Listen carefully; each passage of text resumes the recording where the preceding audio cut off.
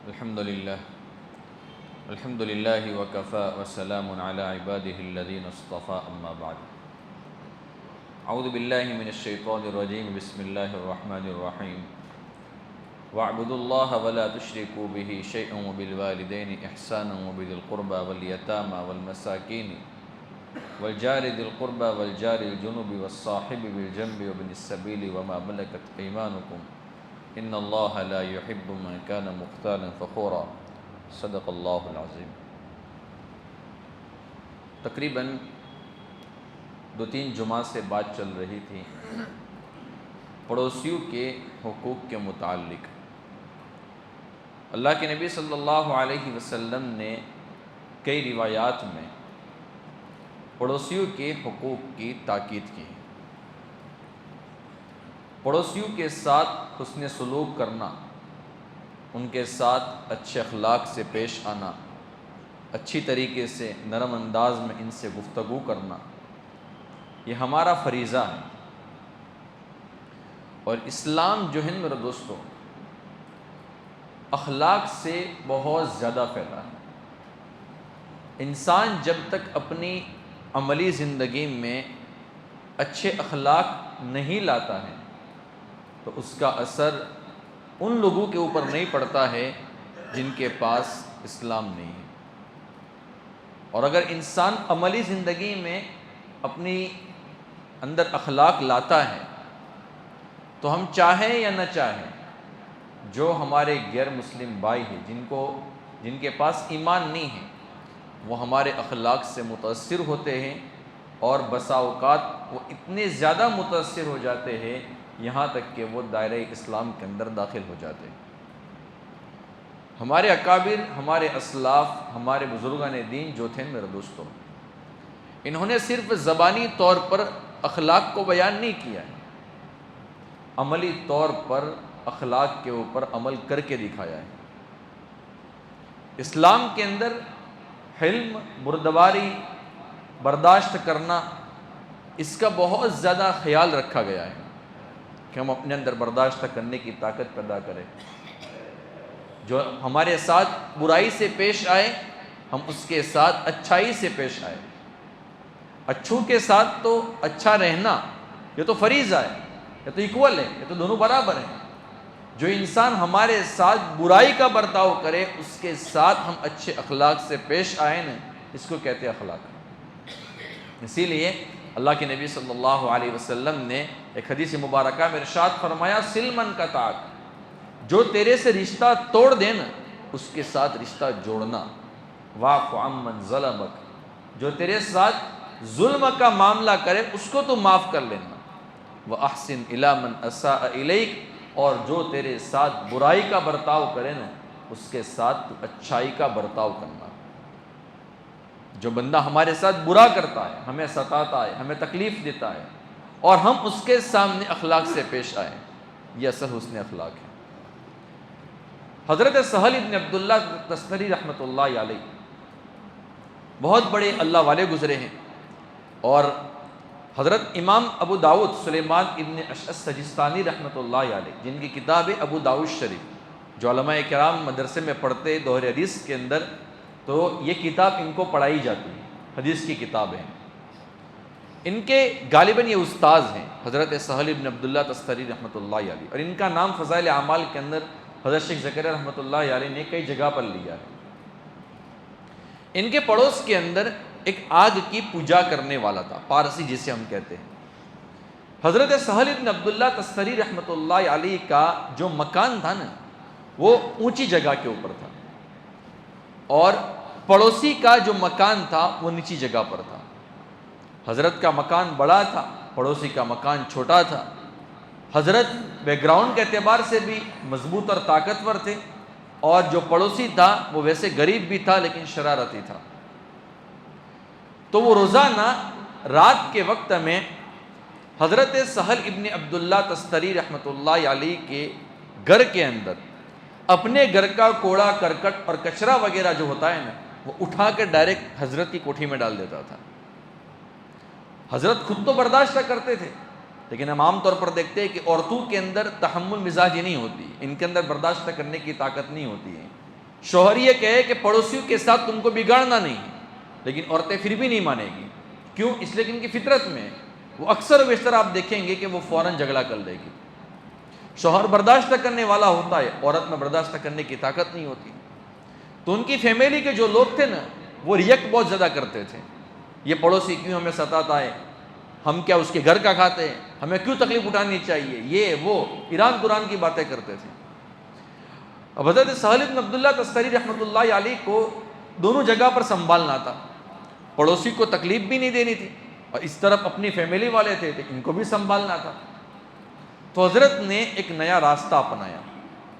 جب وہ بندہ رات کو کوڑا کرکٹ ڈال دیتا تو رات کو جب اپنے گھر والے جب سب سو جاتے تھے نا، تو حضرت اس کوڑے کرکٹ کو اٹھاتے، خود لے کر چلتے اور اس کو باہر جا کر پھینک دیتے تھے. صبح میں گھر والوں کو، فیملی والوں کو یہ لگتا تھا کہ وہ بندہ سدھر گیا ہے اور اس نے کوڑا کرکٹ ڈالنا بند کر دیا ہے. حالانکہ وہ بندہ ڈالتا تھا، روزانہ کچرا ڈالتا تھا، لیکن اس طریقے سے حضرت سہل بن عبداللہ تستری رحمۃ اللہ علیہ اس کچرے کو باہر جا کر پھینک دیتے تھے.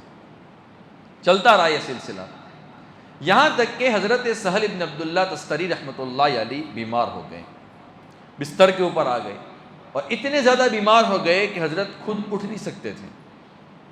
اب ان کو پتا تھا کہ وہ پڑوسی تو سدھرنے والا ہے ہی نہیں، وہ تو روزانہ کچرا ڈالنے والا ہے. اب میں کیا کروں؟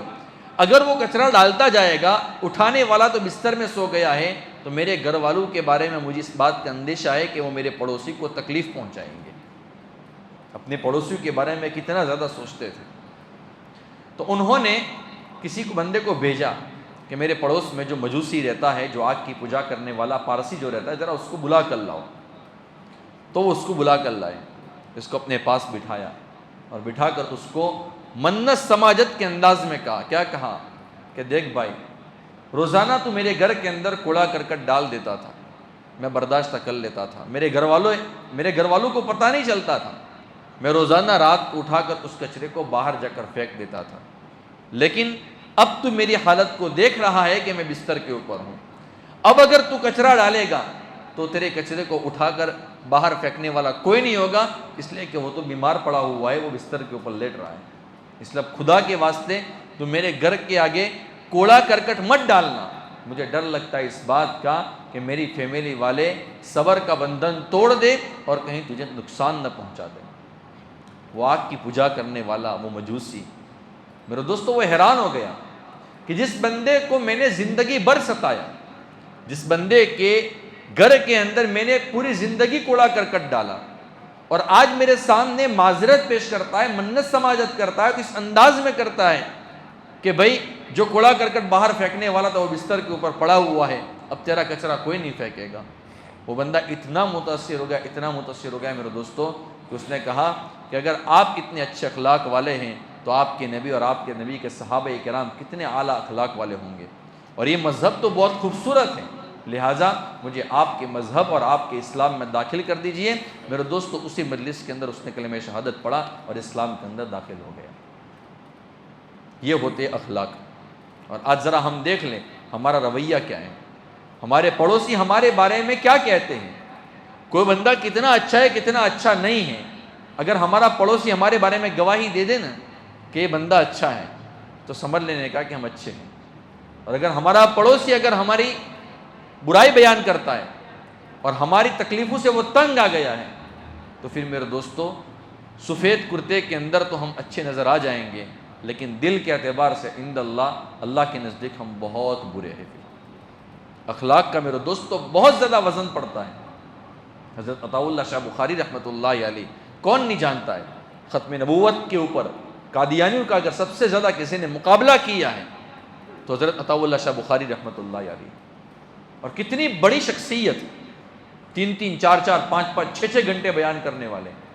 ایک مرتبہ آپ بیٹھے ہوئے تھے تو آپ کے گھر میں یا آپ کے ساتھ مدرسہ وغیرہ کچھ ہوگا تو وہاں پر ایک بنگی تھا جس کو ہم دیکھنا گوارا نہیں کرتے، جس سے ہم بات چیت کرنا گوارا نہیں کرتے ہیں. اگر وہ ہم سے کسی کام کی وجہ سے بات کرے تو ہماری پیشانی کے اوپر بل آتے ہیں. یہ ہماری حالت ہوتی ہے. تو بنگی تھا اور مسلمان نہیں تھا، غیر مسلم تھا. حضرت کھانا کھا رہے تھے اور کھانا بھی کوئی بڑی بڑی آئٹمیں نہیں تھی، آلو کا سالن تھا اور روٹی تھی۔ حضرت نے اس بنگی کو بلایا کہ بھائی تم بھی یہاں پر بیٹھ جاؤ، ہمارے ساتھ کھانا کھا لو۔ تھوڑی دیر کے لیے تو اس بندے کی سانسیں اٹک گئی کہ حضرت کیا کہتے ہو، میرے کپڑوں کی حالت دیکھو، میری حالت دیکھو، آپ کتنی بڑی شخصیت ہے اور میں آپ کے ساتھ کھانے کے لیے بیٹھ جاؤں، میں تو بنگی ہوں۔ حضرت نے فرمایا کہ بھائی بھلے ہی آپ بنگی ہو لیکن آپ انسان تو ہو نا، کیا کھانے کی ضرورت آپ کو نہیں پڑتی ہے؟ حضرت نے زبردستی اس کو بٹھایا، اور صرف بٹھایا نہیں تھا، حضرت عطا اللہ شاہ بخاری رحمۃ اللہ علیہ نے اپنے ہاتھ سے ایک لقمہ اس کو کھلایا کہ بھائی تو میرے ہاتھ سے لقمہ میں تجھے کھلاتا ہوں، تو کھا۔ میرے اور آپ جیسے اگر ہوتے تو ہم کتنی کدورت کرتے، لیکن اس کا فائدہ کیا ہوا؟ حضرت عطا اللہ شاہ بخاری رحمۃ اللہ علیہ نے اس کے ساتھ اتنے اچھے اخلاق کا رویہ اختیار کیا۔ وہ بندہ اپنے گھر پر گیا، گھر پہ جا کے اپنی بیوی سے ساری کارگزاری سنائی کہ میں جس اللہ والے کے پاس گیا تھا اس نے میرے ساتھ اس طریقے سے اخلاق کا معاملہ کیا۔ شام کو اس کی بیوی، عصر کے وقت اس کی بیوی اور وہ اور اس کے بچے بھی غالباً وہ سب کے سب حضرت عطا اللہ شاہ بخاری رحمۃ اللہ علیہ کے پاس آئے اور آ کر کہتے ہیں کہ حضرت ہم آپ کو کیا سمجھتے تھے اور آپ کیا نکلے، اور ہمیں تو آپ کے مذہب کے اندر داخل ہونا ہے، ہمیں اسلام قبول کرنا ہے، ہم کلمہ شہادت پڑھتے ہیں، ہمیں کلمہ شہادت پڑھا دو۔ یہ ہوتے میرے دوستو اخلاق۔ تو گزشتہ جمعہ کو بات چل رہی تھی پڑوسیوں کے متعلق تقریباً 53 باتیں، میں نے 6 یا 7 باتیں آپ کی خدمت میں پیش کی تھی، اب 7 نمبر کی بات ہے۔